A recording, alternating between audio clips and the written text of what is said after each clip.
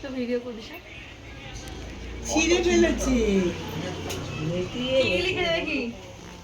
ভাত, ডাল, আলু ভাজা, পটল ভাজা, চিম ভাজা, কি বরবটি ভাজা, চিংড়ি দিয়ে পালং শাক, মাছের কালিয়া, সয়াবিন আলুর তরকারি, কপি পাতা বাটা, চাটনি, ব্যাট পাপড়, মিষ্টি, মিষ্টি দই, মাংস।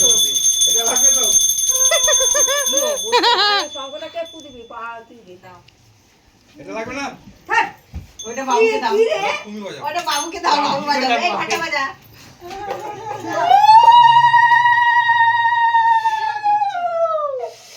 বাবা পাস করবে।